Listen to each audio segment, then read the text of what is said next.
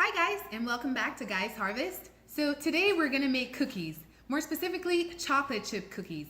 And we're talking protein today, so let's get started. So how do you get your protein? It's such a common question in my life lately. So first I'd like to talk about cereals, grains, seeds, and pulses. A pulse would be like lentils. Lentils run about 6 grams of protein per half cup. And then you have a cereal grain like quinoa, which also runs about 6 grams per half cup. Also, chia seeds also has 6 grams, but per 2 tablespoons. What I would recommend is Vital Wheat gluten. That's something I use a lot in my house and in my business as well for Gaia's Harvest. Vital Wheat gluten is used to make seitan, which is wheat meat, another great vegan meat substitute. And that is typically 70 to 80% protein. And I'll teach you guys how to make seitan in another video. And then beans, black beans, lima beans, chickpeas, my favorite, also known as garbanzo beans, you're looking at 6 to 8 grams of protein per half cup as well. And then, of course, you're getting protein just by eating your greens, your kale, your Brussels sprouts, your broccoli, and then even your cauliflower. A whole head of cauliflower runs about 11 grams of protein. So just eating your greens and your vegetables, you're getting your proteins just by naturally eating a varied diet. Another great source of protein that's been like popping up everywhere lately is spirulina, which is actually a bluegrass algae. I think it may be classified as seaweed. I'm not really sure. But that runs about 64 grams of protein per cup. I know a lot of people put that in their smoothies and they have it in shakes and drinks like that. Personally, I haven't dived into it yet. If eaten in moderation, soy protein can be great. And I like personally edamame, which runs about 18 grams of protein per cup. And then you're looking at things like tofu and tempeh, which also runs about 16 grams per 3 ounce, which is a little bit under half a cup.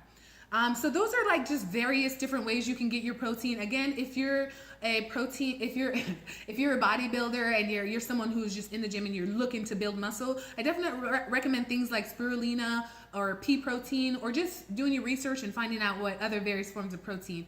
But if you're just someone like me who's just trying to eat better and live better, you'll see that when you have a diet that has a lot of different things, you'll meet all the macros and micros or vitamins and minerals that you need in your day-to-day. We are gonna make some protein chocolate chip cookies, and I'm making them special for a friend. One of my Air Force friends is currently deployed, and I'm sending the care package and I'm making him some cookies, and he's a gym rat, so I'm definitely putting some protein in it. All right guys, so that being said, let's get started. Let's bake some cookies.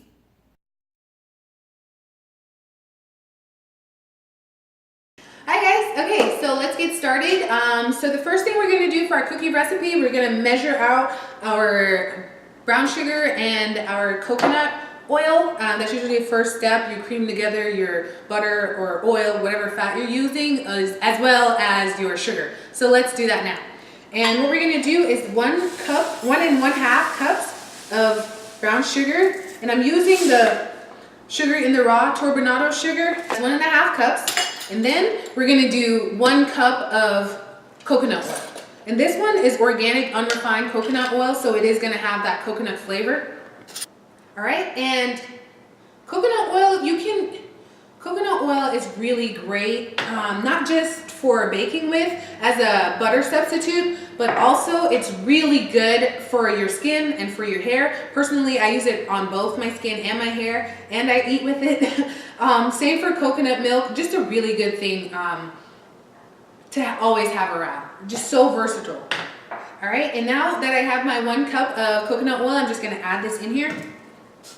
If you have a KitchenAid mixer, now would be the time to use it, and you use the paddle to cream together the butter and the sugar. But since sadly my KitchenAid is broken, I'm gonna use my hands and show you guys how to do it the old-fashioned way. All right, so we're gonna get that started now. Okay guys, so we're about at the halfway point in the creaming process if you're doing it by hand at home. So if you want to see what that looks like, it's here, the coconut oil and the sugar are getting on They're getting on nicely. And so this is the halfway point. So I'm just gonna be here for probably another 2 minutes or so. Okay, I'd say this is about the stopping point where we can add our vanilla in. So if you're lucky to find vanilla beans, truly they're just the best. But they do run expensive, about $11 to $15 just for like typically 1 or 2. But if you can't find vanilla beans, then you can always just use like pure vanilla extract. I don't recommend the imitation stuff. I mean, no one should be using that at all, honestly. So if you do have the vanilla bean, actually, I'm just gonna kind of give this a cut here. What you wanna do is you wanna split it in half. And you wanna open it, right? And then here's where you got all the good stuff. And that black stuff, those black dots that you typically see in your favorite vanilla bean ice cream, that's the inside of the vanilla bean. I'm not gonna actually throw these away because this is still really useful, especially if you're making sauces like caramel sauces. You can still boil this in your cream or whatever you're using to flavor your sauces. So definitely don't throw this away. You can use it twice and get more bang for your buck. All right, so now we're just gonna give this a quick mix and then we're gonna move on to our dry ingredients, okay? Okay guys, so now it's time for our dry ingredients. We're gonna start with our whole wheat flour and we're gonna do 1½ cups of whole wheat flour. I'm actually gonna add ½ cup of this sorghum flour. I just discovered actually it sprouts. It is gluten-free, so it's a great option if you're someone who likes to bake and you're looking for a gluten-free flour replacement. This one, it says to substitute 15 to 20% of the flour. So you're still gonna wanna add it to another non-gluten flour. But we're gonna try it out and I'm sure it's gonna be great. Both the whole wheat flour and the sorghum flour are 4 grams of protein per ½ cup. Next, we're gonna add our hemp seeds. And like I said again, these were 10 grams of protein per 2 tablespoons. And I'm just gonna add 4 tablespoons in here because I actually tried these before and I like hemp seeds. They have a really nutty taste. Actually, at the base or at the beginning, they don't taste like anything, but right at the end, you get like a sort of a nuttier taste to it. So I kind of like that, and I think it'll play well with the chocolate and the cookies. And then pre-measured, I have a teaspoon of baking soda. And then I'm just gonna put a dash of salt. So now we're just gonna mix this together. Here we are, and I just added all the stuff in here, and I can see it's like a little dry, so what I want to do is I'm gonna just toss in a splash of almond milk just to kind of bring everything together and make it less crumbly and more of a dough texture. And the almond milk wasn't in the original recipe that you saw the picture of early in the video, but definitely you want to just be able to look and see food and know when something's not right or know when it needs something, and that's what's really going to make the difference for you in the kitchen. And if you can see, now instead of a meal, we actually have a put together dough. Now we're just going to add 1 cup of our chocolate chip cookies. Here we have our dough, and I think she's ready to start putting on our already prepared sheet trays. So I'm just going to move this off to the side now. Actually, this we can put away. And I'm gonna grab one of these and I'm just gonna start putting my cookies down. The oven I already have preheated to 350 degrees. And we're just gonna let these bake for about 8 minutes, and then we're gonna check them right at the 8-minute mark just to see where they're at before we continue any further on. What I like to do when I'm forming my cookies to make sure they have the nice chocolate chip morsel on top, after I form them, I actually just place a few pieces on there, just for my sake.